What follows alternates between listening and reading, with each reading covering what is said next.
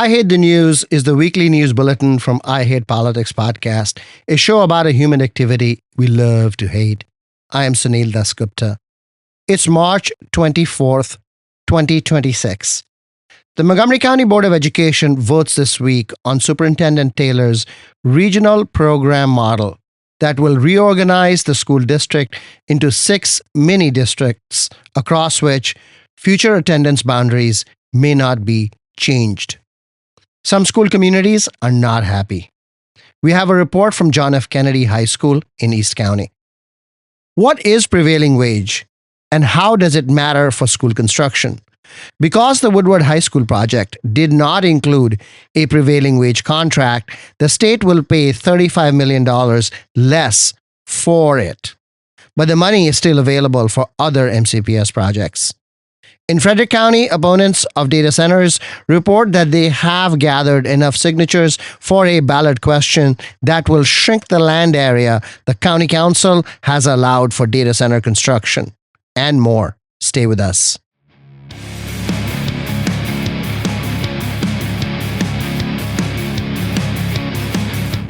I Hate Politics is a podcast about our neighborhoods, workplaces, schools and streets, and our local governments as they function in diverse and democratic societies. This means our politics are messy, dirty, sometimes corrupt, with often self-serving politicians. But no matter how much we may hate politics, we are never exempt from it, even when we refuse to participate. In fact, the purpose of politics is to keep society functioning precisely when we don't agree with each other, like now. Music for this episode comes from Washington, D.C. progressive rock band A Shrewdness of Apes. Ian Mabley on vocals and guitar, Josh Pittman on bass, and J.R. Franks on drums. You can find their music at asoaband.com.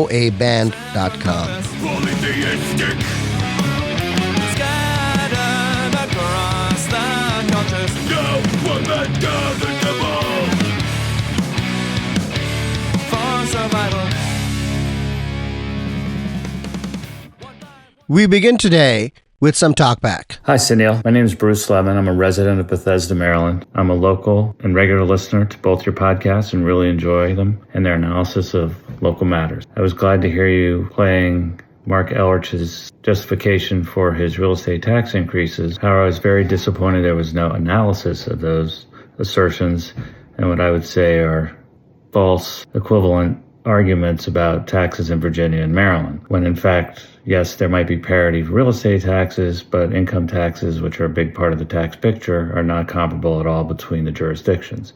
Fairfax, Arlington, Northern Virginia counties, the income tax is 5.75%, while the maximum tax rate, including the Montgomery County piggyback tax for Montgomery County residents and high earners, is 9%. So it's very disingenuous to say there's tax parity between the jurisdictions. I hope you'll explore this further in your podcast and look forward to listening in the future. We love to hear from you when you like what we do and when you think we have been remiss. It's easy to send us a voice letter, record on your phone, and email the file to producer@ihppod.org. If you send us video, we can extract the audio, no problem. One thing's for sure, I have taxes on my mind. Stay tuned.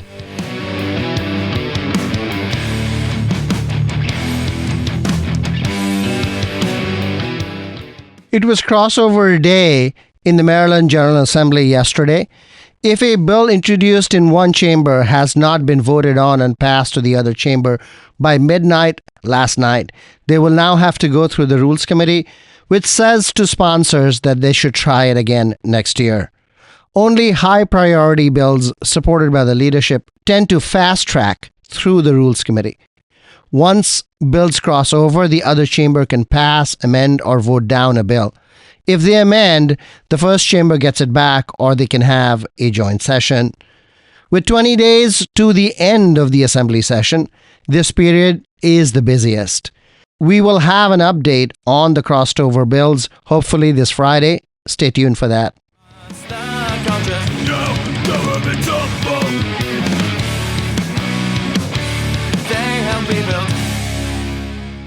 This week, the Montgomery County Board of Education will consider the superintendent's plan to stand up 6 regional program areas and 30 separate magnet programs. We have covered the issue across several episodes the last 6 months or so. There has been pushback from school communities, from existing magnet program advocates, and from those who are supposedly being helped by the changes.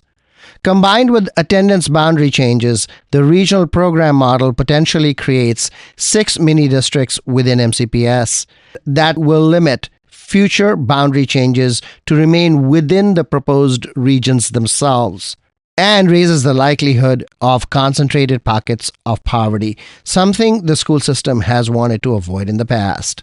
Sumaya Milstein is a parent at John F. Kennedy High School who wants answers before the school board votes. And if that means pushing out the decision, so be it. We would like MCPS to give the board and the county council an honest and thorough estimate of the annual costs for the regional model in years 1 through 4. And we hope that the Board of Education does not approve the proposal without that information. We wish for MCPS to set program staffing apart from general enrollment-based staffing allocations for high schools, and no school should have to reduce other offerings in order to prioritize program staffing. Third is MCPS should follow their own curriculum selection regulations and accelerate the development or selection process to finalize all program curricula before the winter 2027 deadline for students to commit to the program enrollment, because currently MCPS intends to finalize the curriculum in the summer of 2027. Another thing that we wish is for MCPS to establish central funding that ensures like programs have the same access to guest speakers, academic competitions, performance opportunities, and field trips as well, in order to prevent disparities between regions. Our last main ask would be for MCPS to survey families to find out actual interest in the programs. These surveys should include information about program location and transportation options. Combining programs and the boundary study and the regional reassignments seems like a very overwhelming task. Each item needs to have been looked at separately. Families should have been allowed to have an input. What about the argument that MCPS will make that they have already taken input from the community at various times over the last year, including, by the way, holding sessions at John F. Kennedy High School where you're a parent? I was at one of the sessions that was held at Kennedy. I don't think it worked for me simply because I think what I really wanted to see was two-way communication, feedback, engagement, and follow-up. Because the community at the end of the day has to be able to support the decisions made. And we have to buy into that in order for the programs to succeed. Do you have a sense of how John F. Kennedy High School is going to be impacted by the regional programs model? I am really unsure how this is going to work out, because at the moment, we're already hearing from one of the meetings that we had with the principal that there are some teacher reassignments for the next year. What kind of teacher reassignment? I'm not even sure. You would say that you are an involved parent, right? I think so. If anybody should know, you should know. I'd like to think that I am an involved parent. I know most of my kids' teachers and even a few more within John F. Kennedy High School. I also still know several at Odessa Shannon and also at Glen Allen. And I am a member of the PTA at the Glen Allen Elementary School, even though I don't have any kids there, but I am still a community member. Is there recognition among the parent community at Glen Allen Elementary School that their kids' future is at stake. The debate is not only at the high school, it's also happening at the middle schools and at the elementary schools. And when the meeting was held at John F. Kennedy, we did have some elementary school parents attending. Sumaya Milstein, thank you. Thank you so much, Sunil.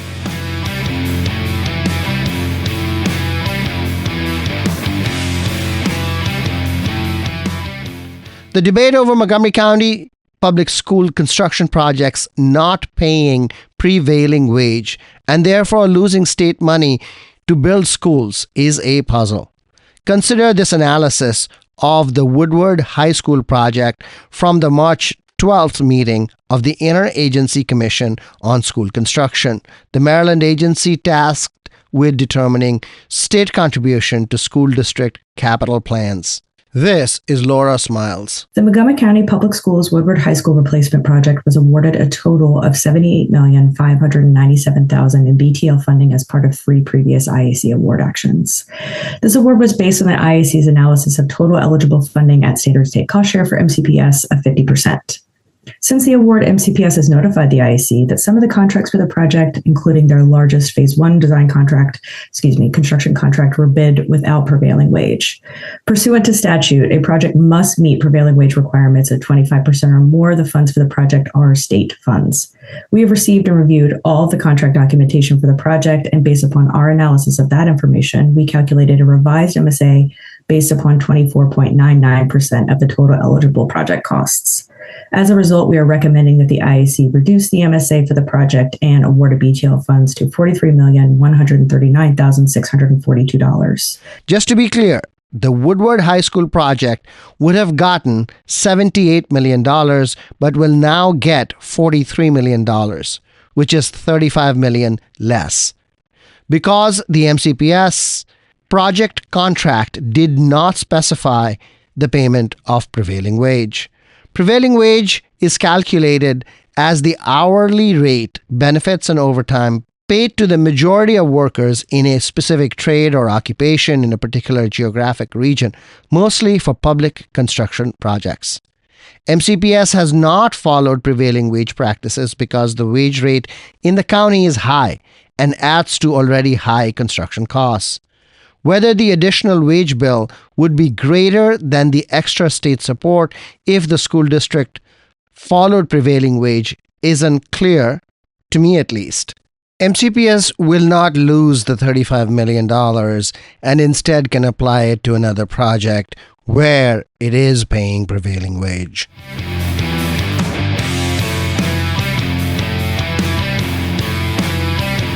In the data center wars being fought county by county, opponents of data centers in Frederick County report that they have been able to collect the required number of signatures to put the issue on the ballot as a referendum. Mind you, the ballot question is narrow. It does not throw out data centers, but rather reduces the area Frederick County Council has authorized for data center construction to the pre-existing brownfield site where there used to be an aluminum plant in Adamstown. Kai Hagan is a former Frederick County Council member and one of the leaders of the group opposing the land use expansion. The Frederick County Charter has a provision that enables citizens to petition for a referendum to put on the ballot something that is done by the county council, law and ordinance, accepting 4 different categories of things that are not subject to referendum, like certain personnel matters or salary matters, things like that. Anyway, the requirement is that there be an amount of signatures equivalent to 7% of the voter roll, which is over 200,000 now. That includes people who haven't been purged for it after they've moved or whatever, but it's a rough number, and that's the number they use. 7% in this case was a little over 15,600 signatures required to get it on the ballot. The goal of the group that put the effort together was to get at least 18,000 signatures. which would have provided a buffer because some of them will be disqualified because they are illegible or they use the wrong address compared to their voter registration or forgot to put their birth date down or whatever. Typical rejection rates are like 3 to 5%. So having an 18,000 goal, which was 20% over, was, to create a very safe margin. You're going to go through all this effort. You don't want to have it fail because of disqualified signatures. In the end, we got 22,169 official signatures submitted, which is almost 50% more than the number and a very, very, very safe number. And so, everybody feels great about that because we were having to do this at the worst time of year possible to do it. I mean, the middle of winter, we started with a blizzard. We had 2 weeks of the coldest weather in years. There's no outdoor events this time of year, hardly. You can imagine if you were doing this in the summertime, you send a bunch of signature gatherers into a crowd at a Baker Park concert, festival on Carroll Creek, farmers markets. The streets themselves and parks would be much more full of people who are more relaxed. Instead, people were staying inside and the streets weren't as packed, and yet we still got over 22,000 signatures. Do you have a proposed language for the referendum?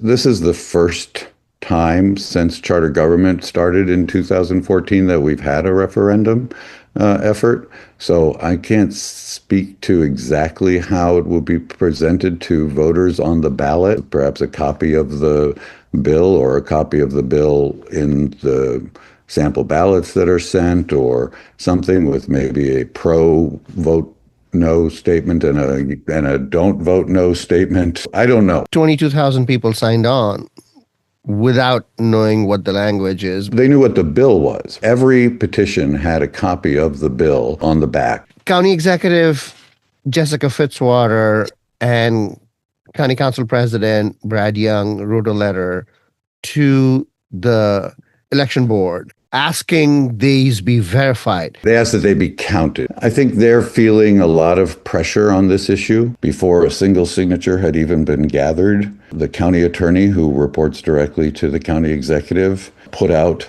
a 6-page opinion, a legal brief that said that, in his opinion, the particular ordinance was not subject, based on their interpretation of the charter, to a referendum.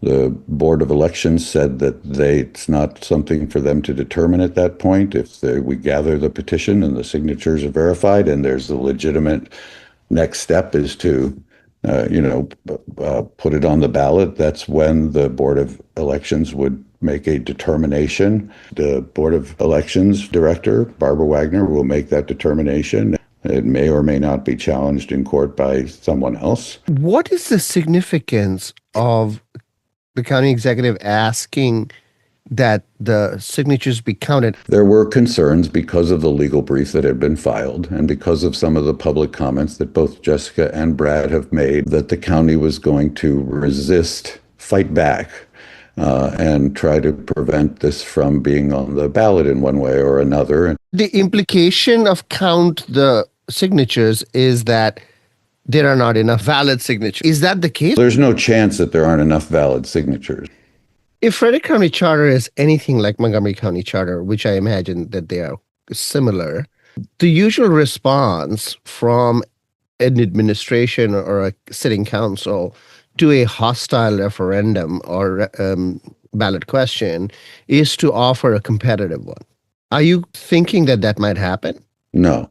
What is the construction timeline for the data center itself? I mean, they can proceed right now. There are two different parts of this. There's the former East Alco properties, which is, over 2,000 acres, much of which is zoned for data centers, farmland that Alcoa owned. When people hear that it's a brownfield site or where the old former East Alco plant used to be, that's really not entirely true, because that plant took up and all of the stuff around it, the parking, everything took up just a fraction of the land that they own. They bought up all these farms. They have all the rights and approvals to do it, and the referendum doesn't have any effect on that. None. But in order to create the critical digital infrastructure overlay zone, in order to say that, to make it absolutely clear that data centers will only go where this overlay zone is and not in other industrial zone land. The data center overlay zone could have been placed on the East Alco properties alone, the data center campus. It could have been placed, that was one option, as a starting point. Could always be added to some other place in the future, after 10 or 15 or 20 of these data centers get built out, and we get to evaluate the impact on the community, from revenue to environment, public health, noise, traffic, whatever, right? And they could have just put the overlay zone on that for now. Or they could have taken the recommendation from the Planning Commission, which spent months with this issue, which was to put the overlay zone on the data center campus, the former East Alco properties, Alcoa-owned properties, and a couple of other properties that were adjacent to it and had industrial zoning. And that's what basically almost everybody supported.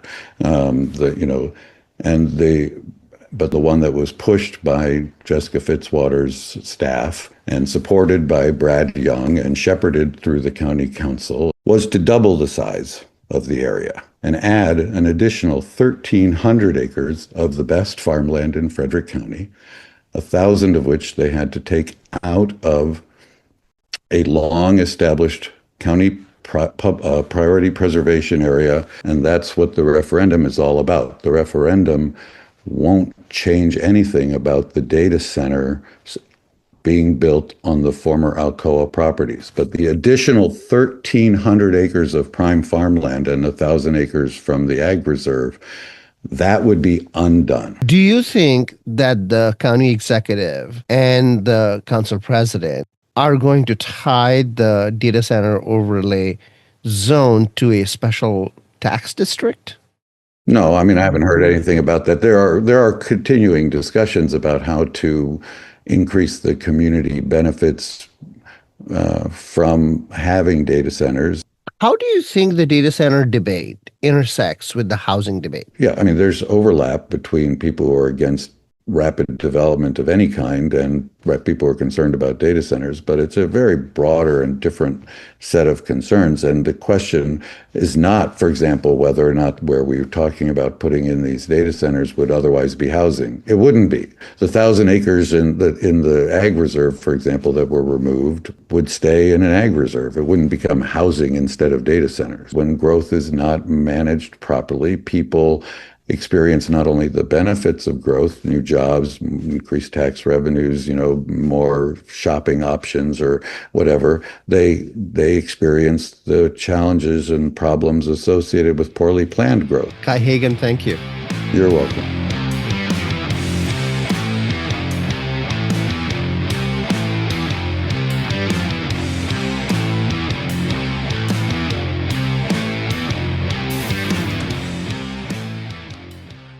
One of the most contested primary races in Maryland this year is likely to be between incumbent Congresswoman April McLean Delaney and David Trone, who wants his Maryland 6th seat back after losing the Senate primary to Angela Alsobrooks. Both Delaney and Trone are considered to be moderate Democrats for whom the progressive end of the party will often hold their nose to vote. But Maryland 6 includes Frederick County and Western Maryland. Western Maryland is considerably conservative. Frederick County Executive Jessica Fitzwater has come out in strong support for Trone. I'm Frederick County Executive Jessica Fitzwater, and I'm proud to endorse David Trone for re-election to Congress. I spent 16 years teaching music in our public schools, and I'm the proud mother of 2 young kids. And I know that David is the fighter we need in Washington. As our congressman, he brought millions of dollars back to Frederick County to support our youth, help families struggling with addiction, and make our community more resilient to climate change.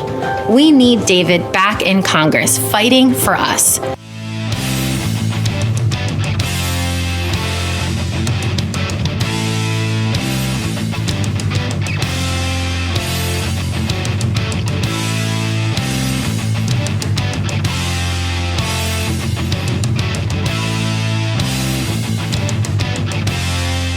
That's all for this episode. Be sure to check out our feature interview series that comes out Friday mornings. I Hate Politics is produced by me, Sunil Dasgupta.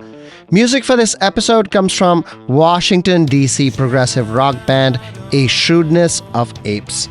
Ian Mabley on vocals and guitar, Josh Pittman on bass, and J.R. Franks on drums. You can find their music at asoaband.com. If you want to share your music on the show or know someone else who might want to, please email us at producer@ihppod.org. I hope you'll subscribe and share the podcast as we bring you stories about politics close to you and your home. See you next time.